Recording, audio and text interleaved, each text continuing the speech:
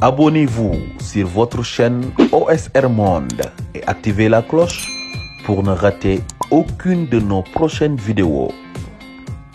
Le Nord veut tout ñoom lépp la ñu bëgg mais les populations du Sud ils peuvent crever et que loolu noonu maanaam dañ ko war a xam cette insurrection intellectuelle bu ñu demee tey ba toll fenn foo xam ne ñu am benn ouverture boo xam ne dañ naan non mais les Guy Marius Sagna eux ils doivent être dans les instances de décision fan yi taxaw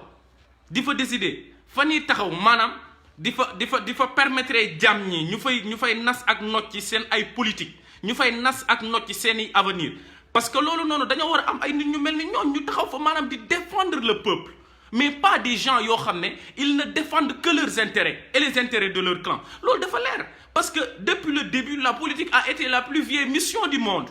de la Grèce antique à aujourd'hui siècle de Périclès la jógee ñu andil ñu ko tegal ñu ko mais lan moom moo ko taxoon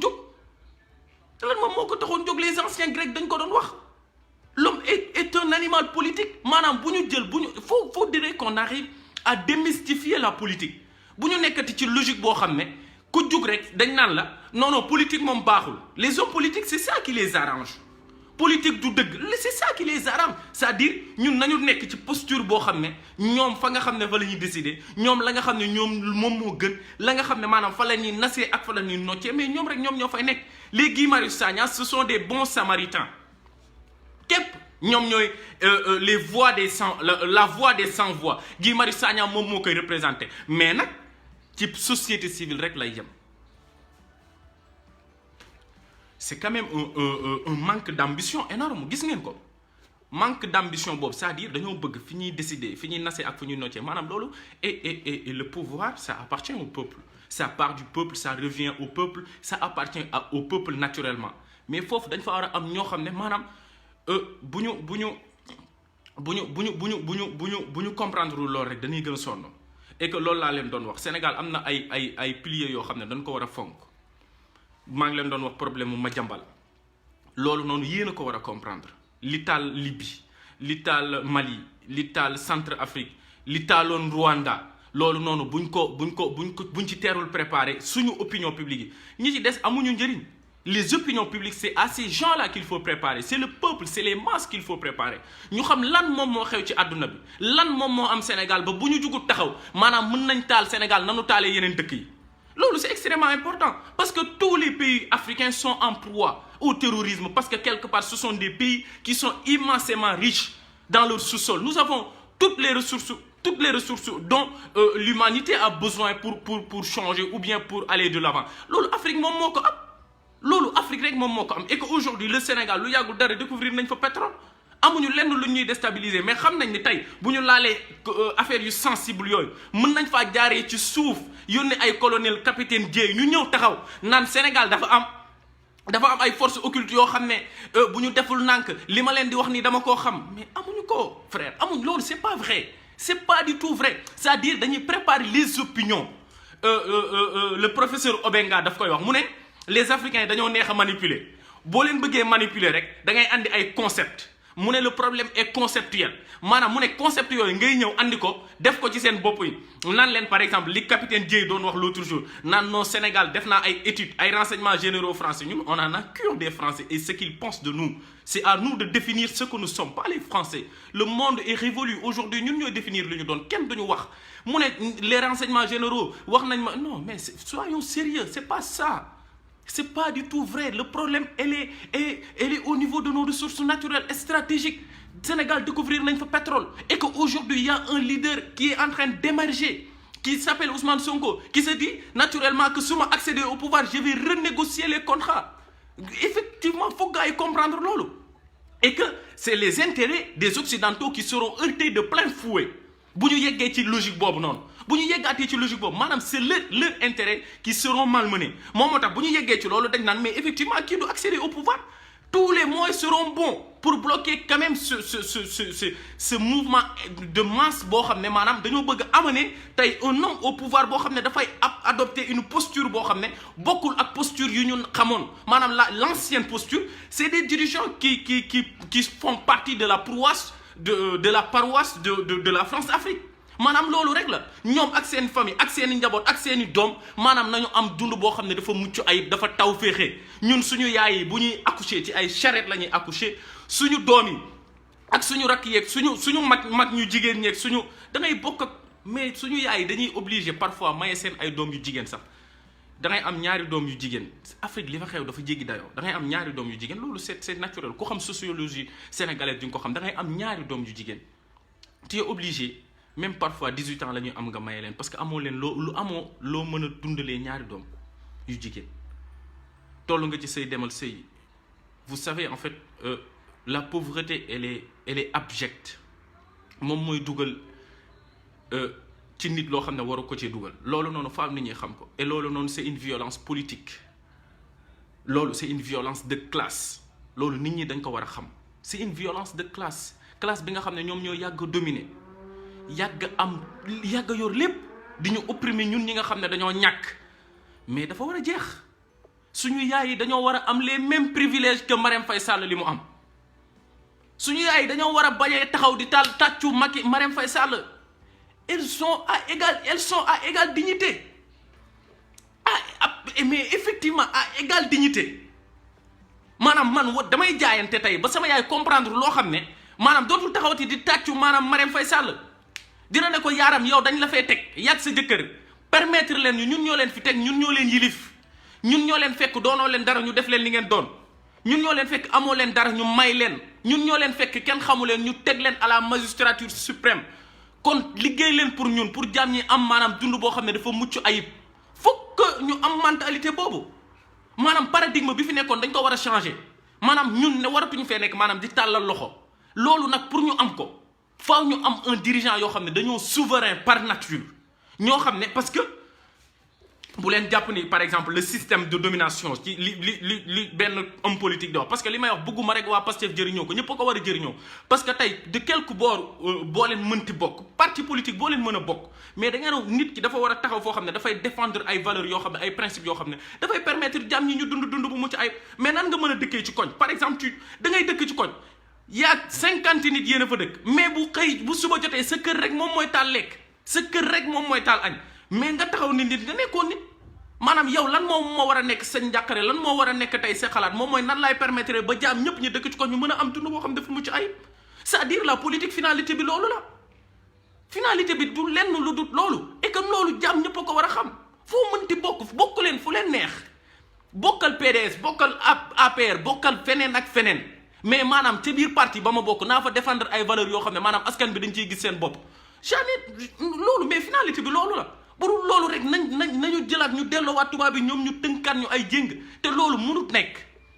ndem loolu mënut nekk tey la pensée elle est en mouvement aujourd'hui peut-être société tubaab bi loolu lañ ñu rawee ñoom elles sont dans des analyses prospectives parce que ils ont compris ça boo xoolee en mars de cette de l'année dernière la France a eu à faire un rapport ñu tuddee ko effet pangolin boobu lañ doon prédire ay coup d'état yi nga xam ne dafay xew Mali parce que ils ont compris que ni maanaam dirigeants yi ñu teg ci suñu dëkk yi dañoo impopulaire effet pangolin lañ ko tuddee woon ñuy expliquer wax ay comme problème yi xew Sénégal ay dirigeants yoo xam ne dañoo impopulaire et tout ñuy xool ñoom tey yan interlocuteur la ñu war a am ci suñu dëkk yi moom moo tax tey ñun bu ñu toogee di nelaw tubaab yi ñoom ñu ngi xalaat nan la ñuy maintenir dans la domination en 2012 ils avaient fait un rapport boobu lan lañ ko tuddee woon France moom moo ko defoon ñu tuddee ko l'Afrique est notre avenir gis nga maanaam kàddu gi l'Afrique est notre avenir l'Afrique est l'avenir du monde loolu dañ ko war a xam d'ici 2050 35% des jeunes ci àdduna bi Afrique la ñuy dëkk face à la population vieillissante des pays développés seen dëkk yi ñu ngi màgget xale yi Afrique la ñuy dëkk te loolu noonu ci sunu loxo la ne maanaam africains yi dañ ko war a comprendre te mieux encore ñun ñoo am lépp loo xam ne maanaam àdduna daf koy soxla tey téléphone portable yii ñu yor iPhone yii ñu yor di ci doser fu nekk la ko meññ dëgg maanaam ko RDC Congo lay jógee les enfants esclaves dañ fay exploiter les gens des jeunes de moins de 12 ans de moins de 10 ans du moins lañ fay exploiter pour mën a extraire le coltan ce minerai stratégique et les populations du Nord Kivu sont dans des conditions abominables extrêmement difficiles justement dañoo ñàkk ay dirigeants yoo xam ne dañoo am ambition pour leur peuple loolu rek moom moo tax ñu koy dund bu ñu ñàkkee fayda nag ñun Sénégal dinañ fa extraire pétrole muy jëriñ ñeneen ñu dul ñun sénégalais yi et que ci logique boobu la ñu nekk le moment est au changement le moment est à la prise de conscience le moment est à une révolte intellectuelle et foofu la ñu war a toll maanaam ñëpp xam ne maanaam tey waratuñoo nekk ci dëkk boo xam ne ñenn rek ay am jàmm yenn questions yi ñenn rek a koy xam yenn yu am njëriñ yi ci ñenn rek lañ koy yemale maanaam dañoo war a toll fenn foo xam ne ku nekk nga xam ne tey par exemple projet bi nga xam ne la jàmm ñi bëgg a andi ay assemblée nationale ñi mel ni Guy Marius Sagna ñoom ñoo fa war a taxaw di défendre askan bi loolu dafa leer parce que les décisions les plus fondamentales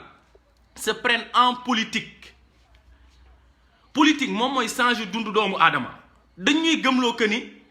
ils ont les occidentaux loolu noonu jox nañ ko suñu ay askan ba ñun intérioriser nañ loolu suñu dirigeant yi yàgg koo wax da ngay waxat sax mu ne non président bi mënul def lépp président bi lan la mën a def mais day jëndal ay askanam ay mbaam ne leen soyez des entrepreneurs nekk leen ay entrepreneurs dinaa leen jëndal ay mbaam yóbbu ko waa Diourbel pour waa Diourbel am mais mbaam lan la mën a jëriñ doomu aadama fan la mën a yóbbu doomu aadama c'est ça que l'autre appelle l'économie du conteneur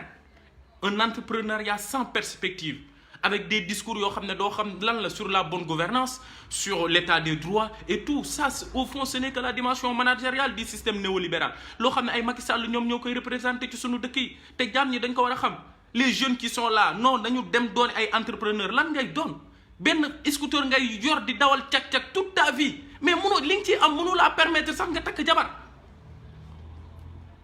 dans l'immédiat mën na laa permettre nga faj sa quelque soxla mais sur le long terme mënoo cee takk sax jabar mënoo cee dimbali sa yaay mënoo cee def dara c'est-à-dire paradigme de développement bi ñu toll ba ñëpp désengagé wu la ñu war a comprendre que ni loolu dañuy maintenir dans la plus grande des dépendances dans la plus abjecte des souffrances loolu nit ñi dañ ko war a xam sareetu mbaam fan la mën a yóbbu nit fan c'est-à-dire fa lañ war a toll xam maanaam ambition bi nga xam ne ñii jiite ñu dañ koo am ci ñun buñ ko comprendre rek noppalu suñu yaay lan c'est des porteuses de pancarte doyewuñ leen dara lu dul bu Marème Faye Sall di génn wala ñoom ñuy génn ñëw leen taxaw tàccul ñu dinañ leen financer lan lañ leen di financer ngeen di jaay ay caaki rek yu ndaw yi ambition bi lan la quoi loolu nit ñi dañ ko war a xam seen ambition ci ñun nit ñi dañ ko war a xam te dañoo war a rompre ak loolu la situation des femmes jigéen ñi nan la ñuy dundee dund ba mucc ayib mais ndax ñoom comprendre nañ ko c'est-à-dire loolu la quoi ak nan lañ ci andee ay saafara yu mucc ayib loolu nag ku moomul boppam mënoo ko ku moomul boppam situation yi ñuy dund ku moomul boppam mënoo ko et que tey fi ñu toll maanaam moomuñu suñu bopp depuis le consensus de Washington li ëpp ci ñun moom moo tax suñu dëkk yi moo nit ñi di wax chômage ak lii mënul deñ tant que jéng yi ñu tubaab yi tënk denul mënul deñ mu day gën di yokk chômage des jeunes day gën di yokk il ne s'agit pas aujourd'hui de changer en fait de régime politique mais il faut rompre avec le modèle économique qui est déjà là il faut gars yi comprendre loolu parce que modèle bi nga xam ne moom lañ fi teg tubaab yi ñoom ñoo ñuy décider lépp lu ñuy def suñu éducation ñoom ñoo ñuy wax li ngeen ci def suñu santé ñoom ñoo ñuy wax li ngeen ci def te amuñu beneen solution parce que ils l'ont décidé avant sans même nous consulter parce que boo leen xoolee après les indépendances il y a eu l'affaire de la dette bi ñu aaree xaalis bu bëri suñu dirigeants yi lekk ko ñenn ñi lekk ko yeneen ñi ñu def ko ci ay dépenses yoo xam ne amut njëriñ ñu am ba benn période les années 80 mënatuñu woon fay la dette africaine moom la Thomas Sankara doon wax naan on ne peut pas payer la dette mooy dette bi maanaam ay askanam dañuy dee mais loolu la doon wax looloo tax ñu rey Thomas Sankara gars yi faaw ñu xam ko cette dette africaine là elle est contraignante par nature xam nga am na leen loo xam ne nit ñi dañ ko war a xam te maanaam loolee tënkoon démb suñu yaay ak suñu papa yi année 80 boo leen fàttali ko période boobu ñi ci am mbokk yoo xam ne dañoo nekkoon ci fonction publique wala dañoo nekk ay enseignants moom période boobu moom moo nekkoon période départ volontaire yi parce que quelque part amatuñu woon état yi nos états n'avaient plus d'argent et les occidentaux en ont profité pour tuer l'idée de l'état souverain maanaam dañoo rey suñu état yi lanu doon la ñuy décider la ñuy def ak lan dul def ñoom ñoo koy décider à leur place ñu xool ñu ne leen yéen santé li ngeen ciy dugal dafa bëri da ngeen koy wàññi pour mun ñoo fay suñu xaalis suñu santé boobu ba tey duñ ko définir l'autre jour Guy Marius Sagna ci Sen TV mu ngi fàttali la loi de 1998 ci suñu santé looloo tax aujourd'hui nos hôpitaux sont des mouroirs faaw jaam ñi xam ko xam ne la ñuy li gën ci ñun décider wuñ ko tubaab yi koy décider à notre place loolu faaw jaam ñi xam ko période boobu la départ volontaire yi am une bombe sociale énorme une pauvreté de masse les États n'avaient plus d'argent des États ñun dañ ñoo jox après les indépendances on a eu des États mornés États yi dañoo judd rek dee les années 80 de 60 aux années 80 États yi dañoo judd rek dee parce que amatuñ woon koom tubaab yi ñëw ne leen da ngeen di def les programmes d'ajustement structurel programme d'ajustement structurel ce n'est autre que des austérités budgétaires loolu maanaam jàmm ñi dañ ko war a xam te mooy xëcc ba tey bu ñu ci deful nang bu ñu ratifier les APE bu ñëwee suñu jàmm ñi suñu agriculteurs yi dañuy gën a dee loolu boobu moo tax ngay gis les jeunes ils prennent les embarcations de fortune mais loolu nag faaw ñu am dirigeant yoo xam ne dañuy mel ni Ousmane Sonko dañuy taxaw ne tubaab yi woo leen ne leen les gars lii mënatul nekk on va négocier à dignité et à mémoire égale lii ngeen ñuy wax munuñ koo def Evo Morales bi mu ñëwee en Bolivie en 2005 looloo la wax ak américains yi parce que historiquement ni ñu France dominé ak yenn pays occidentaux yi ni ñu dominé historiquement ñoom noonu la leen États-Unis dominé woon gis nga dëkk bu ci am président bu bëgg askanam concerté wu ak askanam fonk leen respecté leen askanam dinañ ko protéger ba mu mën a renégocier contrat yi nga xam ne maanaam moom moo ñu lottuloo loof looñu président bu ci amul assise populaire boobu noonu amul benn ambition pour sa askan tubaab yi dañ lay phagocyter dañ lay phagocyter ils vont te tuer boo leen xoolee en 2010 li may wax ci information bëri na en 2010 boo xoolee par exemple le Niger waxuma Nigéria le Niger moom mooy deuxième producteur d'uranium dans le monde après le Canada en 2010 boobu le président Tandian moom moo fa nekkoon si je ne me trompe pas effectivement c'est lui Tandian dafa ñëw ne français yi ñu ngi ñuy bëgg a rey seen uranium bi français yi dañ leen doon bëgg a loof ñu sonn trop Tandian ne saa yi damay tourner xool ñeneen ñoo xam ne dañ ñuy dimbali ñu dul tubaab yi ñu dul français yi parce que Eiffage moom mooy exploiter seen uranium bi les mines d'Arlit mines yi noonu la tudd chinois yi ñëw proposer leen beneen contrat yoo xam ne moom moo doon gën a muccal ay seen population yi ñoom dinañ ci gis seen bopp parce que liñ ciy am maanaam muy ëpp li leen français yi doon proposer foofu parce que français yi dañ leen doon piller rek président Tandian décide de signer un contrat avec la société Somina c'est une société chinoise bi mu ko décidé signer quelques jours lañ ci teg ñu def fa coup d'état il y a un sanguinaire je pense il s'appelle Baye lu xaw ma nu mu tuddati moom moo ko renversé un général parce que tubaab yi nekk ci ginnaawam parce que seen ay intérêt la attaqué woon parce que quelque part Tandian il n'avait pas cette assise populaire loolu moom moo tax maanaam adduna bi dañoo nekk ci adduna rapport de force les questions géopolitiques elles sont là tout est une question de rapport de force loolu population yi bu ñu ko comprendre maanaam da ngay gis Ousmane Sonko di wax benn xadar bi nga naan non kii amul teggin kii lii kii laa affaire bi jéggi na loolu dañoo nekk ci àdduna boo xam ne rapport moom moo ci nekk dañoo nekk ci àdduna boo xam ne dañuy infantiliser les Africains ñun débat bu sérieux sax bu ñu ko posé nit day wax débat bu sérieux sax nga ne non kii daa ñàkk mais c'est ça en fait le drame de l'Afrique on ne se dit pas la vérité en face nit ñi comprendre loolu ñii jiituñu dañuy rey te buñ ci continuer nii lay doon da ngay am sa doom loo koy ñaanal lu dul yal na la yàlla dimbali nga dem Europe kese parce que xam nga ni fii mu dëkk mënu fee amee dara loolu rek ngay ñaanal sa doom bu toogee ci dëkk bi sax pour yow lu mu ci mën a am il a échoué sa vie parce que tout est ailleurs rien n'est en Afrique ñoom li ñu doon dañ koo liggéey ba am ko dañoo am ay dirigeants yu mel ni Ousmane Sonko ay représentants yu mel ni Guy Marius Sagna la ñu am après la seconde guerre mondiale l'Europe était un tas de pierres amut woon dara ñu ruiné ko bomb yi dëkk bi nit ñi dañ doon xiif am na benn maire ndeysaan bu ma doon seetaan mu ne ñoom dañ doon lekk ay rat période boobu noonu ndax xiif ñun dañoo toll ci loolu ñu ne ñun mënuñoo développer ñu ne ñun mënuñoo changer ñu ne ñun ci étape embryonnaire rek la ñuy yem duñu avancer mais c'est toute une mentalité à travailler à reconstruire c'est faute na maanaam dañoo war a changer postulat ñu comprendre loolu bu ñu ko comprendre lul dañuy gën a sonn bu ñu ko comprendre lul dañuy gën a sonn moom moo tax période bi fii nu toll gars yi ñu ngi kii Marius Sagna bu ñu ko jàppale ba pare faudrait en faire une affaire non mais d'intérêt de première classe quoi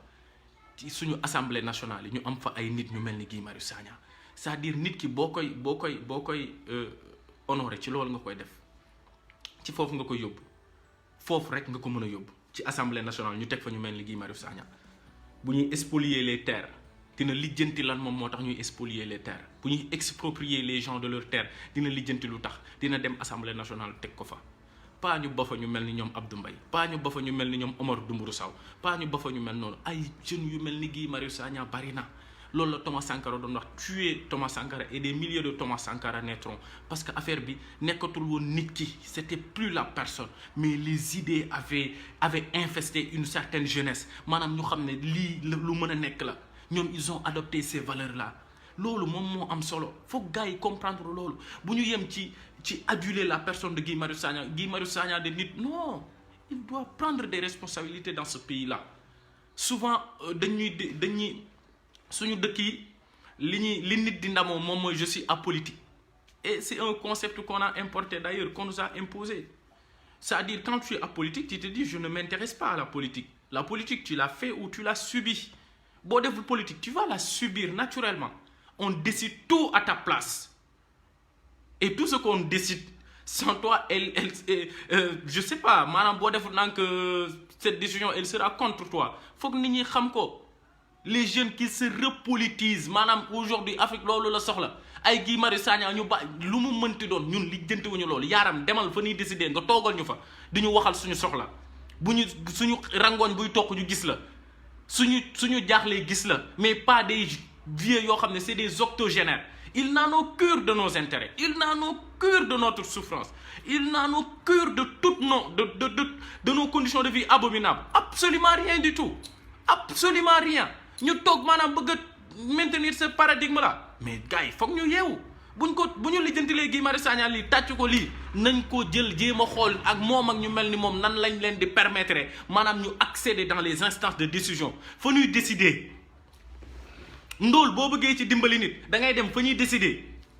nga toog fa loolu la un vieux Jean Jougler loolu lay wax mu ne bi mu waxtaanee Che Guevara nee na Che Guevara dañoo ànd ñu ñëw plus de 11 jours ñu nekk Suisse nee na di dox Jean Jougler ndeysaan nee na Che Guevara ñëw ci moom nee na mu ne ko dama laa bëgg a topp quoi dama laa bëgg a topp ànd ak yow Cuba ànd ak yéen ci révolution bi nee na Che moom moo doon wax ak moom ndeysaan nee na Che ne ko gis nga lii ñuy def ñun on est dans une révolution mu ne ko révolution bi am na ñoo xam ne dañuy nekk di xeex mais am na ñoo xam ne ñooñu ils doivent faire ce que Che disait l'intégration subversive mu ne ko am na ci ñenn ñoo xam ne dañoo war a intégrer les instances de décision mu ne fi ñuy décider am na ñoo xam ne dañ faa war a ne di défendre intérêt les opprimés mu ne parce que fa ñuy décider foofu le pouvoir bi nekk mu ne opprimés yi bu ñu fa amul représentant chaque jour li ñuy décider maanaam du aller en fait ça va être à l'encontre de leurs intérêts comprendre nga mu ne maanaam nit ñi léegi nag mu ne combat bi c'est sur le terrain ñoom dañoo war a continuer à mobiliser la matière grise des gens à ce qu'ils soient des révoltés par rapport à leurs conditions de vie ci loolu la doon wax mu ne ñoom maanaam loolu lañ doon wax à l'époque mu ne les semeurs de vent l'ouragan c'est nous sommes les semeurs de vent mais l'ouragan c'est vous mu ne ñoom maanaam dañoo waroon def cette pédagogie là pour jeunes yëpp comprendre maanaam mën a am la phobie de l'injustice mu ne nit da ngaa war a bañ injustice ba ngay dee mu ne buñ la tëddalee saa yi di la rendi sax nga xam ne yow dara deseetu la maanaam da ngaa war a bañ injustice quoi mu ne nit ñi nañ leen jàngal ñu détester lan moom mooy injustice te dafa am solo nit ki boo ko jàngalee loolu maanaam fu mu ko mënti gis ci àdduna là où l'injustice se trouve dans le monde fu mu mënti ne même bu nekkee injustice boobu day jëriñ sa noonu sax maanaam xeexal ndax injustice boobu noonu bañ a triompher xeexal pour la justice triompher justice bi mu ne bu nekkee justice bi day dimbali sa noonu mi yow xeexal ndax principe boobu ay Guy Marius Sagna noonu la nu mel la muy xeex li jëntewul kan lay jëriñ loolu faaw gaa yi xam ko mu ne intégration subversive bi loolu la nañu dem ci instance de décision yi ñu toog fa sénégalais yëpp di gis ci seen bopp seen kaddu tey sénégalais yëpp ils s'identifient ñi ci ëpp majoritairement ils s'identifient à travers la personne de Guy Marius Sagna. Mais léegi nag lan moom moo tax cette personne là maanaam ne peut pas, et des gens comme lui ne peuvent pas infester les instances de décision. Ça c'est aux Sénégalais de le décider. loolu bi Guy Marius Sagna moom moo koy décider bu ko bañee sax nee leen ko yaaram jugal nga dem assemblée nationale teewal ñu fa. yaaram ñu mel ni yow lañ soxla ci suñu mairie yi bu ñu jaaxlee gis leen bu ñu sonnee gis leen seen ay doom di nekk fii parce que seeni doom bu ñu doon jàngee Sénégal ñun duñu nekk ci condition yi. seen ay jabar bu ñu doon dugg ci hôpitaux Dakar yi ñun duñu nekk ci conditions yi suñu ay yaay duñu dee ndax par exemple dañuy accoucher loolu faaw nit ñi xam ko gis nga tey maanaam loolu moom mooy li nekk njàqare ba ñuy dund ñoom buñ ko doon dund situation yépp changé léegi nag des gens comme Guy Marius Sagna c'est eux qui doivent décider ñoom ñoo war a taxaw parce que xam nañ lan moom